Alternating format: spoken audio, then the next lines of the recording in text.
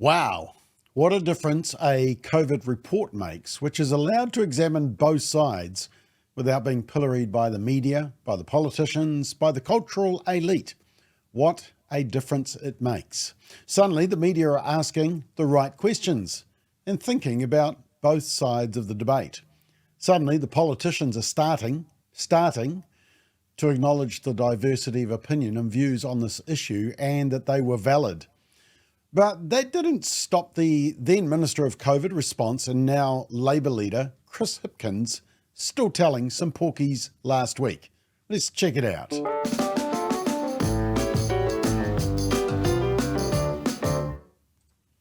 So phase 1 of the Royal Commission of Inquiry into the COVID-19 response has been released. They heard from 1,600 people in person, considered 13,000 submissions, 133,000 pages of evidence. They put out a 1,713-page report, which includes 39 recommendations for the government and its agencies to make sure New Zealand is pandemic ready and resilient. And the report says this: in our view, some workplace, occupational and other vaccine requirements were applied too broadly and remained in place for too long, which caused harm to individuals and families and contributed to loss of social capital. Some found these requirements reassuring, but they also had significant negative impacts, including exacerbating workforce issues and shortages in some sectors, as well as difficult social consequences for those who did not choose to get vaccinated. The use of mandatory measures and other aspects of the COVID-19 pandemic affected trust and social cohesion in ways that may make future pandemic responses more difficult. Now, the report named the occupation of Parliament grounds in 2022 as the most significant civil unrest in New Zealand for some time, and that it was likely to have far-reaching social consequences. The COVID-19 pandemic was associated with declining levels of public trust in government, as occurred in other countries, particularly in some communities. I think they could probably add declining trust in media as well. Inquiry head Tony Blakely, an epidemiologist, said the vaccine mandates caused huge pain to a substantial minority during the pandemic, and the government should consider whether their benefits outweighed their harms. And he said that while the mandates during the later stages of the pandemic were supported by most New Zealanders, which I'll come back to, the damage to social cohesion need to be considered when planning for future outbreaks. The report also highlighted then Prime Minister Jacinda Ardern's "We are the single source of truth" comment as being highlighted by submitters as unhelpful. Let's just deal with that one first, because this was one of the first porkies that I think Chris Hipkins told last week. This is what Jacinda Ardern actually said. To visit at any time to clarify any rumour you may hear, covid19.govt.nz. Otherwise, dismiss anything else. We will continue to be your single source of truth. We will provide information frequently. We will share everything we can, everything else you see, a grain of salt. And so I really ask people to focus on that. Yep, single source of truth for everything. Now, Chris Hipkins tried to make out that the statement was just in relation to the number of actual COVID cases, and it was just a statement made by Jacinda and nobody else. No. We'll continue to be your single source of truth. There is one source of truth, though, when it comes to these things, and that's the announcements we make here. Since a year ago, the Prime Minister, Dr. Bloomfield, and Minister Hipkins have made it quite clear that we must look to one source of truth. And I will have... Okay, lots of people saying it. What was quite incredible when the report was released last week, though, to me, was listening to, well, for example, Jenna Lynch, formerly News Hub, talk about the protest. I want to play you this clip, the quiet, gentle voice. Listen to her say, quote, "Did it have to get to that point? Did you acknowledge the concerns? A lot of them were really scared." This is quite a contrast. Have a watch. At what point did you recognise that the response was affecting social cohesion? It was pretty obvious to everybody who saw the number of people out the front, occupying Parliament, that social cohesion. No, I think we were starting to see it at the end of that Auckland lockdown period. The once pretty united team of 5 million fractured. People lost jobs, families fought, friendships were torn apart, fires were lit, social cohesion was broken. It was a pretty divisive time towards the end there, as was evidenced by the parliamentary protests, and there'll be a range of views on all sides of it. We had very large groups of people refusing to go to work unless everybody in their workplace was vaccinated. I know everybody forgets that now, but that was actually one of the things that the government had to weigh up at the time. The inquiry ruled the occupation of Parliament represented the most significant civil unrest in New Zealand for some time. It is likely to have far-reaching social consequences, it said. Why didn't I go and talk to them? I think that was pretty obvious. When they have a noose hanging at the front of the protest with my name on it, would you go and speak to them? But did it have to get to that point? Did it have to get to the point of nooses? Was there something that the government could have done earlier to acknowledge the concerns of those who were... a lot of them were really scared. Yeah, a lot of people were scared right the way through the response. The loss of trust in government due to some of the later decisions and the impact of mandates would make future pandemic responses more difficult. And no one knows. Wow, that report is just dripping with hypocrisy. But also the claim by Chris Hipkins regarding the protest. I mean, he pretended that an offensive, inappropriate banner was stopping him. No, the government had made it quite clear they weren't listening to the protesters and would not engage with them. A Radio New Zealand report says Prime Minister Jacinda Ardern told Morning Report that she would not be meeting protesters at Parliament on the day the protesters were arriving at Parliament. Sorry, Chris, we're not buying that one. And sorry, Christopher Luxon, you say, quote, there will be a range of views on all sides, end quote. But did you engage with the contrary view, the view of the protesters? No, National were quick to engage with the recent hikoi, but not with the COVID mandate protest. Now, let's just watch a bit more of the response from Chris Hipkins further to the report that came out last week. Because remember, he was the Minister of COVID Response. New Zealanders, those who were out of the country and had experienced travel restrictions, found it incredibly difficult. Those who were in New Zealand found issues around lockdowns in particular and restrictions that were put in place really challenging. There's nothing that can happen now that will compensate for those who were not there when somebody passed away, were unable to be there for the birth of a child. All of those other major disruptions that New Zealanders experienced.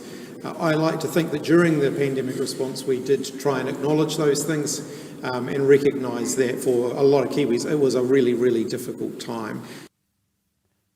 Tried to acknowledge those things? Really? With the legacy media being paid to slam any dissenting opinion on vaccines, mandates, COVID response, I'm not sure there was any acknowledgement. Let's continue. Also, the Royal Commission has made some findings around vaccination. I haven't worked my way through that in its totality.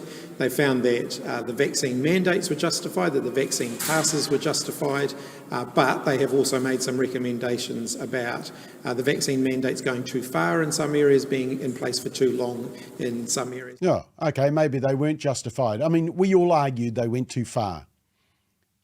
And the government and Chris Hipkins and Jacinda Ardern promised they wouldn't. They said there would never be compulsion. Persuasion, but not compulsion. I have to say I was alarmed at the number of letters that I've received from people concerned that the government would be making COVID-19 vaccinations compulsory. This is a direct result of deliberate misinformation that's being spread through social media. The government is not making COVID-19 or any other vaccinations compulsory. It's not going to be compulsory, but my message to everyone is it's safe. The government's made it really clear that the vaccine won't be mandatory in New Zealand, and I think that's the case in just about every country around the world. As a government, we will not be making it compulsory. I'm concerned about the no jab, no pay policy of Australia. Are you looking at that? No, we're not. Fantastic, No. thank you. I believe in vaccination, but not mandatory. Great, thank you. Great. You basically said this is going to be like, well, it's almost like, you probably don't see it like this, the two different classes of people. If you're vaccinated or if you're unvaccinated, you have all these rights. If you are vaccinated... That is what it is. So, yep. Yeah. That was when I think Jacinda lost the room, lost the public, and her time was up as Prime Minister. That interview was a turning point, in my view, even worse than the Podium of Truth one. Let's just go back to Chris Hipkins' response last week. Do you accept that the mandates in particular affected social cohesion to a point? Oh, absolutely. I think there are two things. If you go back to the end of 2021, beginning of 2022, I think there were two things that were incredibly challenging. One was vaccine, and the second was issues around the Auckland lockdown. And I've spoken before about that, about the fact that I think we lost the room in Auckland at the end of that Auckland lockdown. I think people had stopped following some of the lockdown restrictions, and I've said that before. Yeah. We lost the room in Auckland, because the lockdowns and the mandates were completely irrational. And once again, hearing a reporter talk about losing social cohesion, it's amazing what a report based on facts forces the media to say and a reporter to say. Just continuing. Back, do you think the mandates were a mistake? The Royal Commission did not reach that conclusion. They did reach the conclusion that they went a bit too far in some areas, and I accept that finding. I'm not going to contest that. I can tell you that as one of the ministers responsible for making those decisions, there wasn't a day go by when we weren't thinking very actively about them. It was probably, I think, the two most difficult sets of decisions during the whole COVID response were around border restrictions and vaccination. Because of the huge impact that they had for individuals. And so, no, I don't think they were a mistake, but I do acknowledge they came at a very big cost. Look, nobody denies that it was a difficult situation. The problem I had was that they would not consider alternatives. In December 2021, we presented a petition to Parliament. It actually had 87,269 signatures calling on the government to allow the use of COVID rapid antigen testing, RATs, as an alternative for unvaccinated Kiwis to access workplaces, schools, marae, large gatherings and places of worship, and so that they could keep their job. We argued that at the time that with the waning effectiveness of the vaccine, that we needed to have other alternatives and be able to include New Zealanders who, for whatever reason, chose not to get vaccinated. And people were losing their jobs. So many people, even that weren't public facing, tractor drivers, truck drivers. We argued that the RATs test would help to be much fairer and it wouldn't divide us. Now, of course, rapid antigen testing is now the gold standard. And also in December 2021, as part of the next stage of the Don't Divide Us campaign, our legal team filed an application to the High Court for a judicial review on the church vaccine mandate on behalf of a group of 15 applicants representing 110 church congregations, 2 mosques, and a vicar as well. And we were just asking for a less restrictive, more proportionate policy to be applied at the time. Once again, we promoted rapid antigen testing as the alternative to vaccination for conscientious objectors, particularly in the context of religious and faith-based gatherings. This group didn't oppose vaccines, but they did oppose mandates. What was being sought was actually in step with how most of the governments of the Western world were treating the right to manifest religion, but it fell on deaf ears and the High Court rejected the application. Now, ironically, rapid antigen testing is now the go-to for testing and protecting, isn't it? But the government wouldn't have a bar of it. And the report even acknowledges, it says, quote, there were complaints from businesses about the slowness to allow rapid antigen testing and about the Ministry of Health objecting to the possibility of the private sector using saliva testing instead, end quote. Now, ironically, RATs were the key test for arrivals in New Zealand from as early as June 2020. The report says, quote, all incoming travellers were required to undergo a rapid antigen test on the 1st, 2nd and the 5th, 6th day after arrival and report any results online. Any positive RAT results had to be followed up with a PCR test, end quote. You know, it was disappointing. It would have saved jobs, social cohesion, churches could have gathered, schools could have operated. we did try and persuade the government, but they just didn't want to know. By the way, you're probably saying right now, 87,000 signatures, that's a big petition. How much media coverage was there? Well, apparently, according to the media, 1,200 is bigger than 87,000. Have a watch of a McBlog from around that time. Now, before we look at this petition of 87,000, let's check another petition that was presented during the week. And it was about MIQ and how unfair that is. And there were 23,000 signatures, and News Talk ZB had it as a lead item on their breakfast news. We then saw the New Zealand Herald presenting it, talking about this 23,000 petition. We also had One News, Grounded Kiwis hand in 23,000 signature petition. It was on News Hub as well with video. It was featured on their 6 o'clock news, and Radio New Zealand also reported it and also had video. So no shortage of the reporting. Then the following day was our petition of 87,000. Here we are, 87,269 signatures.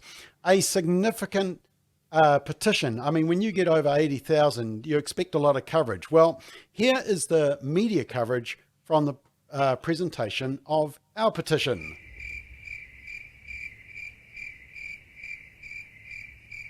Yep, that's right. Absolutely nothing. Oh, hang on. Radio New Zealand did report another petition that was presented on the same day. Here it is. It's about car parks in Wellington's Thorndon Quay. And apparently they're taking away some car parks, and there was so many signatures, there were 1,200. So 1,200 is newsworthy, 87,000 isn't. Yeah, that was from 2021. The media just didn't want to know about it. But look, even leading up to the election last year, Chris Hipkins was saying there was no compulsory vaccination. Let's just put that one to bed once and for all, eh? The vaccine mandates, I acknowledge that it was a challenging time for people, but they ultimately made their own choices. There was no compulsory vaccination. People made their own choices. The government is planning to require every single teacher at every level and all support staff who work with children to be vaccinated. There was no compulsory vaccination. News Hub can reveal the mandate Chris Hipkins is taking to Cabinet on Monday is a mighty big stick. Every educator who works with a child will have to be vaccinated. People made their own choices. I can now confirm that we'll be extending this requirement to large parts of our health and education workforces as well. There was no compulsory vaccination. Schools and early learning staff and the support people who work with them, who have contact with children and students, will need to be fully vaccinated by the 1st of January 2022. There was no compulsory vaccination. That includes home-based educators, all those who support people in our schools and early learning services such as teacher aides, administration and maintenance staff, and contractors. People made their own choices. Secondary schools in Kura will also be required to keep a COVID-19 vaccination register of their students. There was no compulsory vaccination. Students that don't produce evidence of vaccination will be considered unvaccinated. People made their own. Yeah, and it wasn't just Chris Hipkins saying it as well. As we know, the mandates went way, way past just those sectors which people thought maybe there was some justification for some to be vaccinated. So my message to New Zealanders who have not yet had their first dose, if you want summer, if you want to go to bars and restaurants, get vaccinated. If you want to get a haircut, get vaccinated. If you want to go to a concert or a festival, get vaccinated. If you want to go to a gym or a sports event, get vaccinated. If you are not vaccinated, there will be everyday things you will miss out on. Everyone will be able to get a vaccine between now and the end of the year. But of course, you know, and I want every New Zealander to come forward, but human behaviour suggests that there will be some people that we have to actually really go out and look for. But I can't say that, you know, that we're not going to have some hesitant people or some people who just haven't come forward that we don't have to go out and find next year. Cabinet has decided... Yeah, I mean, now, Chris Hipkins continues to argue that there was majority support for the vaccine mandates. Well, no, there wasn't. Let me show you some polling right in the middle of the whole response. And this nationwide poll that we commissioned, but it was done independently, found increasing opposition for the no jab, no job mandates, and there was increasing support for rapid antigen testing for unvaccinated Kiwis so that they could keep their job. 1 in 3 vaccinated Kiwis saying that the vaccine mandate or pass requirements was a large factor in their decision to get vaccinated. Now, most of the media, once again, weren't too keen on reporting this at the time.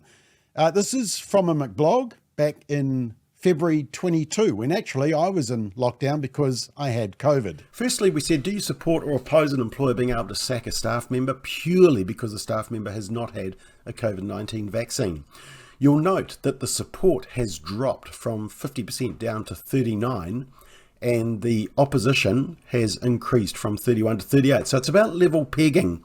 But then we asked, and the interesting thing about this was that half of those triple vaccinated supported employers being able to sack an unvaccinated staff. That probably makes sense because they're very pro-vaccination.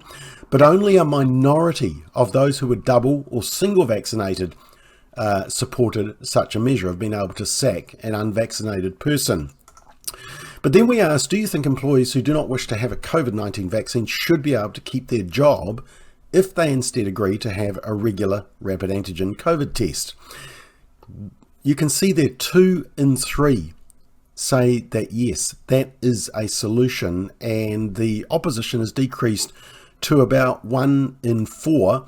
And what's interesting is when you break it down into whether they've been vaxxed or not, even those who have been triple vaxxed, and obviously for double and single, the support gets even stronger for unvaccinated people to do regular rapid antigen tests. So there is strong support for rapid antigen tests being an alternative for the unvaccinated. In fact, we would argue that both vaccinated and unvaccinated should be tested to keep the workplace the safest you can. And in fact, that's what a lot of businesses have done. But the interesting thing is that there have been other polls done on this, but what they tend to do is they ask about mandates, or they report on mandates, but they ask about specific frontline at-risk areas like healthcare workers and teachers and the border. And so they say, oh, well, 74% of Kiwis support the workforce vaccine mandates, but it's in certain job sectors. Same with this one from the Herald, which is a poll which has been done by Talbot Mills Research Poll, which found support, but it was for health workers and for teachers. So specific areas. There was even a Horizon poll one last week that suggested that there was strong support for mandates. But once again, it doesn't separate out areas like old folks' homes and the health sector, where you could put up a strong argument for vaccination, as opposed to general ones that we've heard about, like people who work in diggers, who are arborists, who work in jobs with very little public contact. In fact, of course, as we now know, it's affecting kids wanting to play sport. Now, the other thing we did was that we asked about what was the motivation for being vaccinated, and this makes interesting poll results as well. So we said, is it for to protect your personal health? Is it to protect the health of others? Was it due to the vaccine pass so that you could access restaurants, etc.? Or was it due to the vaccine mandate? In other words, you're going to lose your job. Now, you will see there that only 70 to 75% of those vaccinated did so primarily for health reasons. And what that shows is that about a third, 1 in 3 Kiwis of those vaccinated, and let me just show you that again, a third, that's those bottom 2 categories of those vaccinated, said vaccine mandate or pass requirements was a large factor in their decision. 14% said that the no jab, no job mandate was the main factor, and 17% said it was a large factor. And so... Yeah, so that's from over 2 years ago, 2.5 years ago. Look, I don't think Chris Hipkins is still trying to defend the indefensible, and Christopher Luxon can't actually go on the attack because they were silent during this whole debate. To be honest, it's pretty nauseating hearing the media suddenly say things like this, that maybe the government should apologise. This is News Talk ZB's Heather Duplessis-Allen, who I actually think is one of the fairer, better broadcasters amongst just a few that we have left. And it says Labor owes New Zealand an apology for its COVID vaccine mandates. They ruined people's lives. But here she is in 2021 with this article, and it says, there is a general media bias towards supporting the vaccine, so why pretend it isn't there? It is. Let's just be honest about it, okay? Secondly, if you're in the media and you believe the vaccine is a smart move, I'm all for you endorsing it. Because frankly, that is our fastest way back to normality. It is literally the difference between our borders being open and them staying shut longer. The faster we get that job into arms up and down the faster we get that jab into arms up and down this country, the faster we'll be reconnecting with the world. So actually, I think it's the responsible thing to do for anyone to endorse the jab, media or not. Get the jab. You see, the government got away with what they did because the media backed them all the way and crushed any dissent. And the media has never recovered that loss of trust. National's not off the hook. The only National MP who stood up to challenge some of the narrative was the leader at the time, Simon Bridges, and he got smashed by the media and then rolled by his own party. So it's highly ironic to hear both politicians from both sides and the media suddenly acknowledge that there was an alternative view. I'd say it's all come back too late to win back the trust. What do you think? Let me know in the comment section.